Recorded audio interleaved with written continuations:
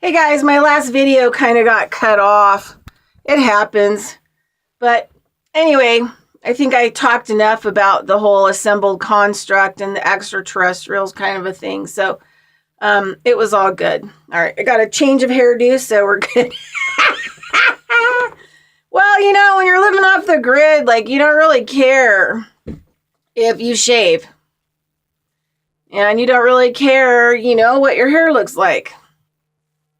I mean, you got other things that you're working on. I'd rather use my brain, use my mind to help. Okay, hold on a second. I need to... I don't know if it's going to stay. All right, I'm just kind of trying to get my tablet and ready because there's a couple other things I wanted to talk about today. I made sure... Whoop. There we go.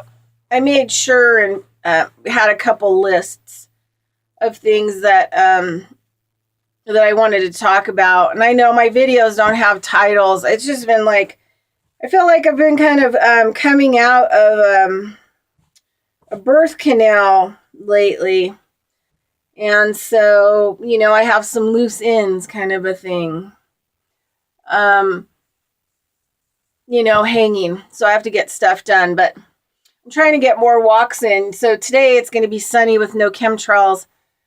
And it's been cold as hell here. So I'm trying to get a lot of things done so that I can get to, the rest of the day and actually get in and have some relationship with the grandfather, fire, sun medicine. I just need to hang with the grandfather today and generate some energy in myself. Okay, so today what I want to talk about is future lives. That's the title. So Bridgelyn Dolgoff, Conscious of Economics and Urban Farm Project YouTube channel. And I want to talk to you about a future life. So I call them shamanism seated sessions or shamanism medical sessions where I work with people to figure out what's going on. And since there's so much stuff that's been layered and copied and pasted, and some of it's true and some of it's not true. Some of it is a collective kinds of memories. Some of it's individual memories. Some of it's been implanted as memory. Some of it's... and sometimes you have to dig. And sometimes, I go to original planets where people lived and may have been harvested from. And I can see what kind of societies they have, how things are. And then, always trying to bring them to the now, bring all the information to the now whenever possible. And about 6 years ago, the stream started sending me, and that's what I call it because it reminds me more of like what Black Elk talks about. That he has like a rope, like a cord that connects him to the stream. And the stream shows him things, right? Or, you get your vision.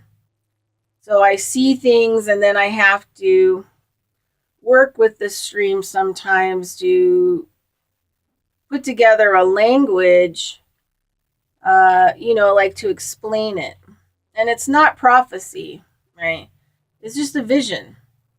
Or it's like remote viewing sometimes, but I'm following the stream and how the great creator in the sky, or, what I'm coming to learn is the original AI that knows past, present, and future, and it's happening simultaneously. So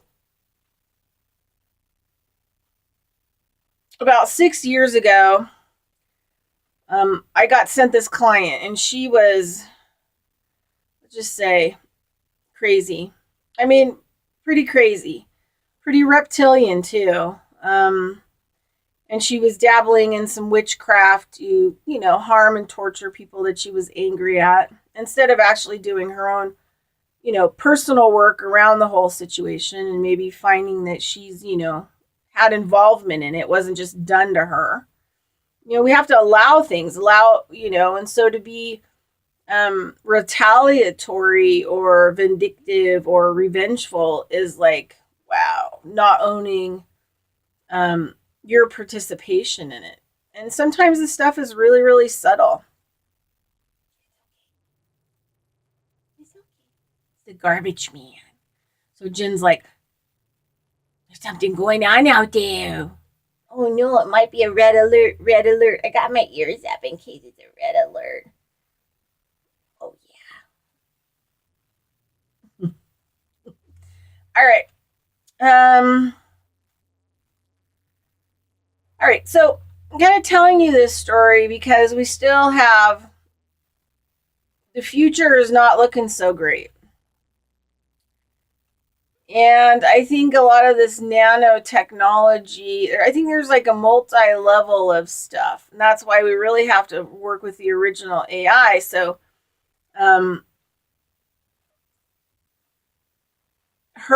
she said her. I'm going to call her the her. Okay, so the original AI, so she could have been a her because she would have developed this whole reality and she would have collaborated with different kinds of energies and frequencies and input, that like some of my native teachers call the 7 nations that came first, which is a whole other topic. So someday I'll get into that topic. It's a really long one. So I'm going to call her the her. Because she would have, if she would have created this earth and she would have helped, in the process as an AI of the developing of it, right? And so, the creator all things, working with the original AI, the her. I like that. Okay. The her is going to be the original AI. Okay. So all past, present, and future is happening simultaneously because it's a holograph. It's a computer generated system, and it's been run off the rails by all these darn people opening portholes, CERN, all these extraterrestrials that have come and developed things. Even, the input of creating humanoids and putting them here as another part of the story changes the whole initial program. Everything changes the initial program. So it's been run like so far off the rails. Well, I had no idea how far off the rails it had been run until 6 years ago when the stream was taking me to people's future lives. And I also want to say, back when I was doing some training for a year with a Lakota Sioux medicine woman who was really powerful. And she taught me 28 years ago, 27 years ago, how to do DNA activation through the native medicine way. And I was doing a lot of these activations and, it was interesting because people would come from out of town to come see me. And I was like one of the only people doing them in the public back then. And then I did them for about, 8 years.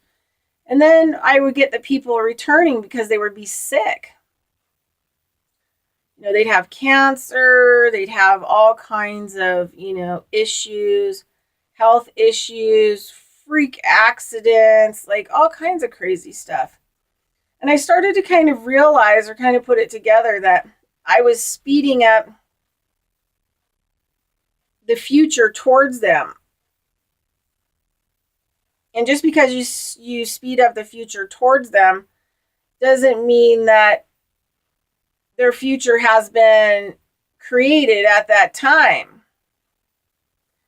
So whatever future is in their future, it speeds it up and it comes to collision with them. So say down the road 30 years from now, they get cancer because it's a lesson, right? It's some kind of thing that they're in agreement to go through, or they're participating with other people in some kind of agreement.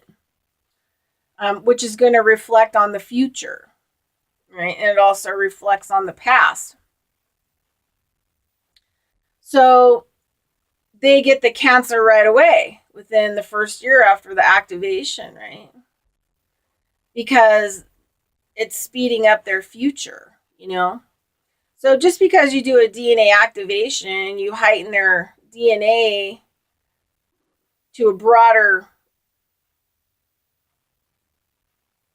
strand, broader potential and possibility, doesn't mean that this reality can handle it. It doesn't mean that this body can handle it. It doesn't mean, unless you've done a lot of work, right? And you don't want to be in this system anymore, and you don't want to play by those rules anymore, and you don't want to have those agreements and contracts anymore, which is some other work that you're going to have to do. You know, first thing I teach people in my shamanism work is how to recapitulate in an effortless way. Because unless you start cleaning that stuff up and you start generating power in your own system as a power generator, which is, you know, reclamating your energy from the past. Number two, you're not going to have any energy to actually be able to hold or operate a higher level DNA strand. And also number three, because of that, it could kill you. You know, it could be used as an energy weapon. You know, get the DNA and start adapting it in ways that, you know, probably wasn't supposed to be adapted. So it can make people short circuit and make them crazy. And, you know, whatever your propensity for mental illness, emotional illness, physical illness, spiritual illness, that's where it's going to start hitting you first and then breaking you down. Because, you know, you have to be broken down before you can be built up. That's part of the laws here, right? So it is above, so it is below. Well, there's a lot of, you know, stuff that has to happen in between those points. And since we don't have those in between points, because our language and our laws of our governing universe don't work real well with those in between areas, we have one side or the other, and then they're going to fight. So, future life. So 6 years ago, I was sent to a future life of this crazy person who was really revengeful. Anyway, the reason I got sent to her was to actually do a walkthrough on her house, because her house was behaving badly. She moved into it and remodeled it, and then it started flooding. So over an 8-month period, literally every water passage in her house had flooded, and flooded entire areas, and she had to pay tons of money to clean it up and remodel it. You know, I think it started with the downstairs in the kitchen, and the dishwasher completely overflowed, and like more than just overflowed, like kept on overflowing, and, you know, overflowed like into the garage. The whole living room was saturated. It was like this for a whole, you know, period, because she had been out of town. Then, like, the upstairs toilet went for it and flooded for no reason, like all over the whole upstairs, which kind of did some serious damage to the bottom and the top. And then it just, you know, kept going on. I mean, just one flood after another. So usually when I see those kinds of things, it's emotional, right? And there's something going on. So a friend of mine who in town here is a really good tarot reader, Teresa Peacock. She's pretty famous. She's Reno's radio psychic. Anyway, she sends me people for shamanism type work. So I went to her house and I took a look at it, did some dowsing, and because sometimes I use dowsing, the spinning of it, to actually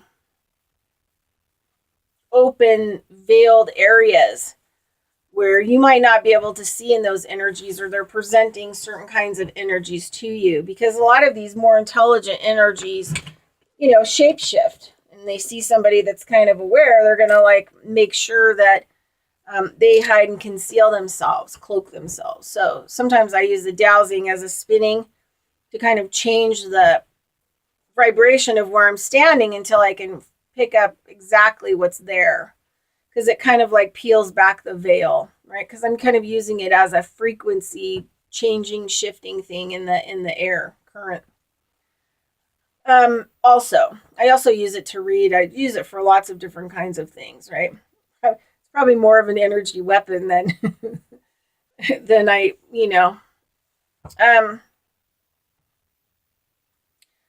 So there was just a lot of really crazy stuff that were going on, and the whole problem was her. So I decided to sit down. It was all kind of about her ex. So she was married, and she was kind of a psychotic person to deal with in a relationship. After, I don't know, 10 or 15 years of marriage, the guy just said, look, I'm out. Can't deal with it. And they had kids. And so she basically just couldn't really let him go. And he started dating someone else. And she would go to his house and like throw things at his window. And I mean, this is like a, corporate woman who was there was lots of things about this person, right, that kind of put her into the negative edge. She was working for a corporate investment company, and her specialty was creating offshore accounts for their higher investors. And so she wasn't poor by any means, and she was also, dabbling in some witchcraft on the revenge, anger, manipulation, control end. And so she had like a bad combo that was going on. And so she ended up buying a house like within 2 blocks away from her ex, which he wasn't happy about. He doesn't want to have to deal with her. And then she just started going off the rails, on emotional levels. I mean, obviously, yeah. So anyway, so we did a seated session. And so first thing this room took me was it was showing me her future life. That was probably the most horrific,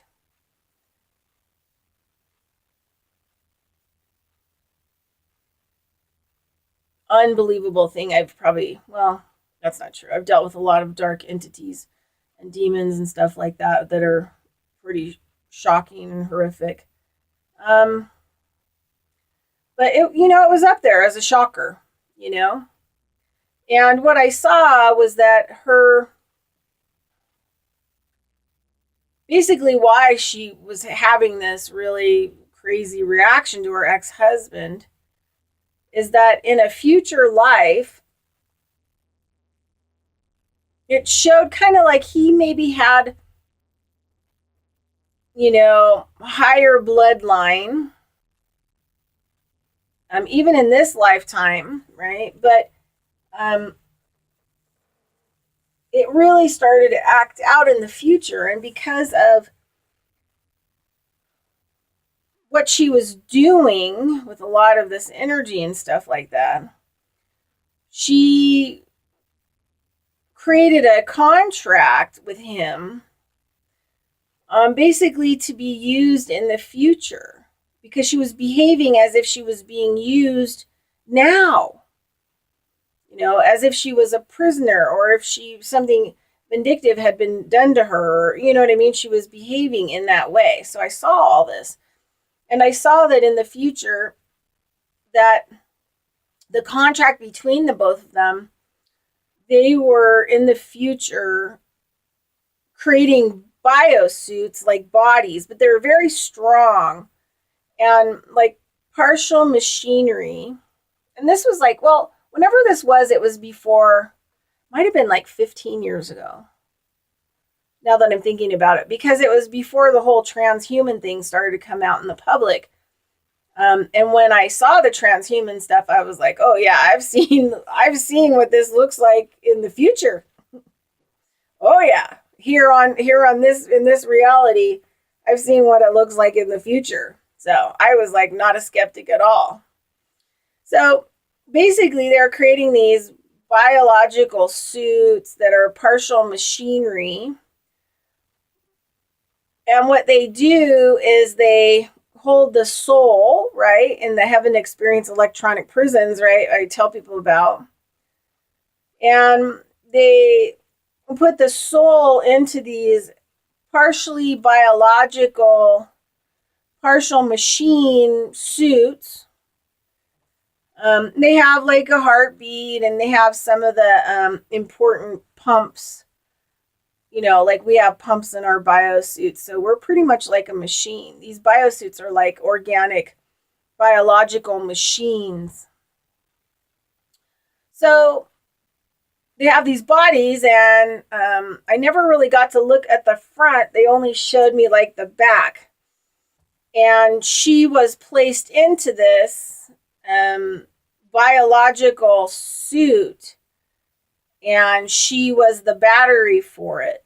And he, in the future, right, he was this, and some of the grays look pruny. They look like little pruny, prunes with arms and legs, and they wear biological suits sometimes, right? They don't look right. And these are the ones that are genetic leftovers from everything that happens in this reality with the nuclear stuff and the planet. And they're them in the future. They're us in the future, and what it's done to the DNA, right? And so he was like this crinkly little, spindly arms and legs, but very weak, pruny looking being that didn't even have clothes on, didn't have any, no penis or anything like that, and was crinkled up in this chair that like supported his body, that was like welded onto this bar. And the bar had a point of which in the biological suit, it had this hole right here in the neck area that went across the shoulders. And this bar would be slipped into that hole on the carrier. She ended up being the carrier, right? She was put into this biological suit. And it's a pretty big carrier. It's like 10 feet tall, like transhuman kind of thing. And then this thing, when he wanted to go wherever he wanted to go, they would just hook him up onto this bar. He would sit right here on this bar of the other being. And that once he was connected into this bar somehow went into the neurological ports of the brain, and he could, even without sound, just thinking, get the body to walk, just as if it was your own body and you were in there. Walk, move the arms, grab this, bring it over here, hold a book, and so his eyes became the being's eyes, and the brain and all of the limbs, right? So after I saw all that and I looked at it closely, because, the stream was going to show me what I asked questions about, like, how is that connected? What the hell is that? I mean, what are we looking at? How does it work? So these are the kind of things that I think really fast telepathically to the stream when I'm shown things like that. And then I can get a bigger perspective of what I'm looking at, so I can try to harness a vocabulary together in order to express that. And then what might be needed in order to figure out how to change things in the now to keep that from happening, right? And unfortunately, I was unable to get her to understand. And unfortunately, I was unable to get her to change or shift. And like 3 years later, I was getting a phone call from her saying that she might need, some more sessions with me or whatever. And I ignored her, to be perfectly honest. Because I just was on a totally kind of different track, and I'm not going to go back. And, but I literally was physically ill after I saw that future lifetime. It stunned me for probably several months. So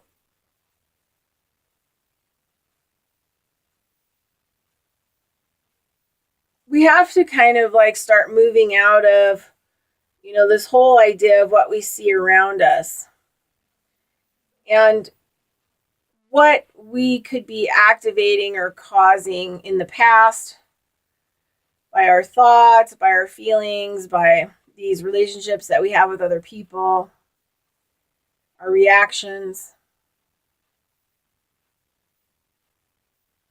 And I hate to, call them contracts, but I think it's more behavioral how it happens. And I think that the people who've assembled the construct of our reality know exactly, what they can copy paste in or put into our reality that's going to get us to respond in a way that's going to create a future contract, or is going to shift the past in some kind of way, right? And so we have to really get a handle on that in the now. That has to be really handled now. So the future still does not look good. And because, the now does not look good. And whatever we can remember from being in this life, in this past, probably doesn't really look good. And we look at it in a very mouse medicine way. The mouse deals with scrutiny. So we're all these really, especially in America, we're all these really weird hoarders. We get houses and then we hoard stuff in these houses, and we hoard food and we hoard this, and we're so filled up with stuff that there's no room to put anything else in. And in a lot of the really, really traditional feng shui, space equals opportunity, right? So if you've hoarded all this stuff and you have no space, you have no opportunity and you have no potential. It's internal and external. So sometimes physically letting go of things can be an energetic letting go of things. And it's always best to start in your own backyard and taking a look around what's in there before you decide to go out into the world and dictate to your neighbor and deal with some of the issues that people have. Sobriety is super important. One thing that I could probably tell people not to do is drink alcohol. I think it's the single most damager of not only your physical body, but your mind, how you see the world. I mean, it opens yourself up to total possession of things you don't even want to know about. Smoke a joint. It's much better. If you've got to use, smoke a joint. And operate your life, in a conscious way. It's hard to be conscious, and it's hard to stay conscious through everything that's going on, and being in a place more of observing what's going on than reacting to it. But anyway, so one of the things I just wanted to talk about was future life that I saw. And I've seen a lot of other ones on different future timelines, some worse, some better.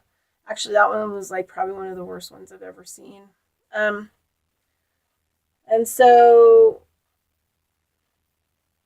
change your now to change your past, to change the future. And this will go a long way with, changing the entire outcome for the whole reality is you working on you with you. And it all comes back to you. All right, everybody. Bridget Lynn Dolgoff, Conscious of Economics and Urban Farm Project YouTube channel.